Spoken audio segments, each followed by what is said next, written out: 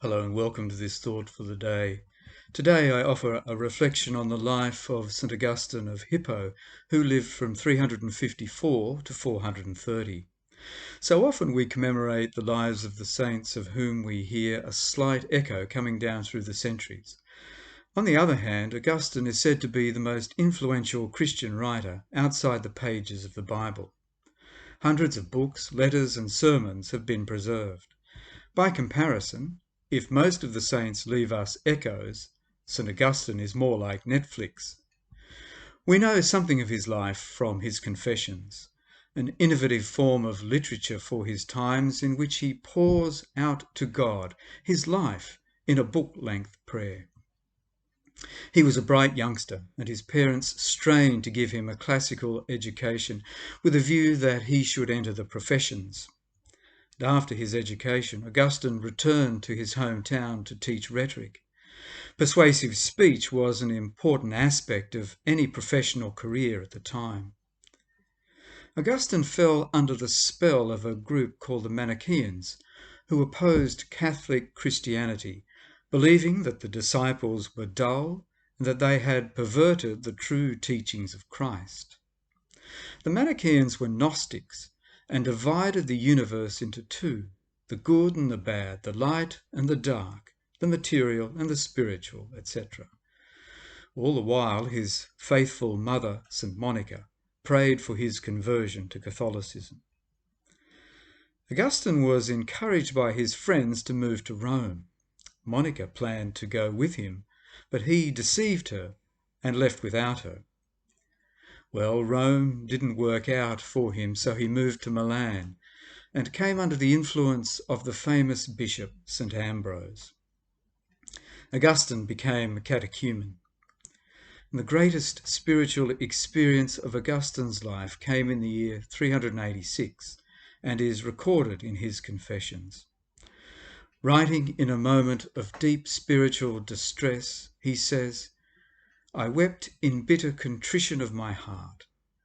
And see, I heard a voice from a neighbouring house chanting repeatedly, 'Pick it up and read it.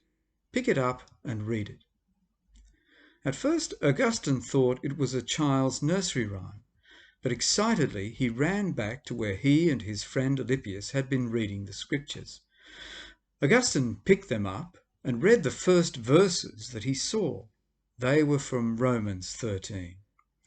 He records it in this way: "Not in the ways of banqueting and drunkenness, in immoral living and sensualities, passion and rivalry, but clothe yourself in the Lord Jesus Christ, and make no plans to glut the body's lusts." I did not want to read on. There was no need. Instantly, at the end of this sentence, as if a light of confidence had been poured into my heart, all the darkness of my doubt fled away. Augustine went quickly to tell his mother of his experience, which was an answer to her lifelong prayer.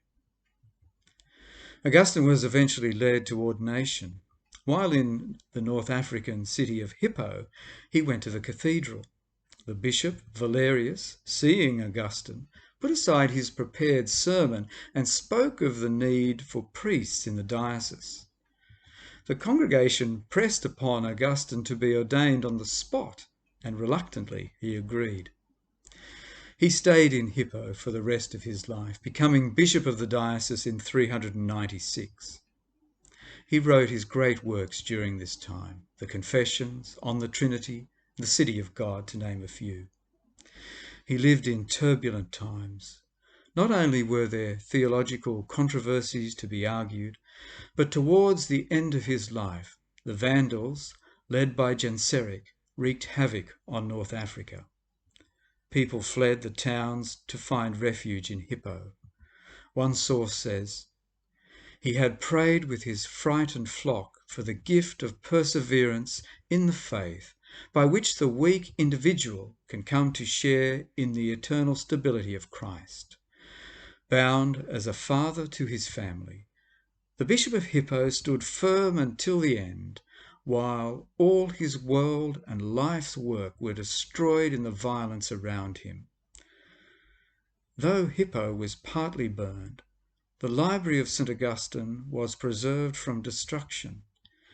It contained much of what he felt and believed, and has been handed down to us as our priceless inheritance. As we give thanks to God for the life, work, and witness of St Augustine of Hippo, how can we but see his life as an example of those famous words he penned in the first paragraphs of his Confessions? He writes that humanity, just a fragment of creation, bound down by sin and the awareness of mortality, still desires to worship God. And then he says, "You prompt him to take delight in praising you, because you made us for yourself, and our heart is restless until it finds its rest in you."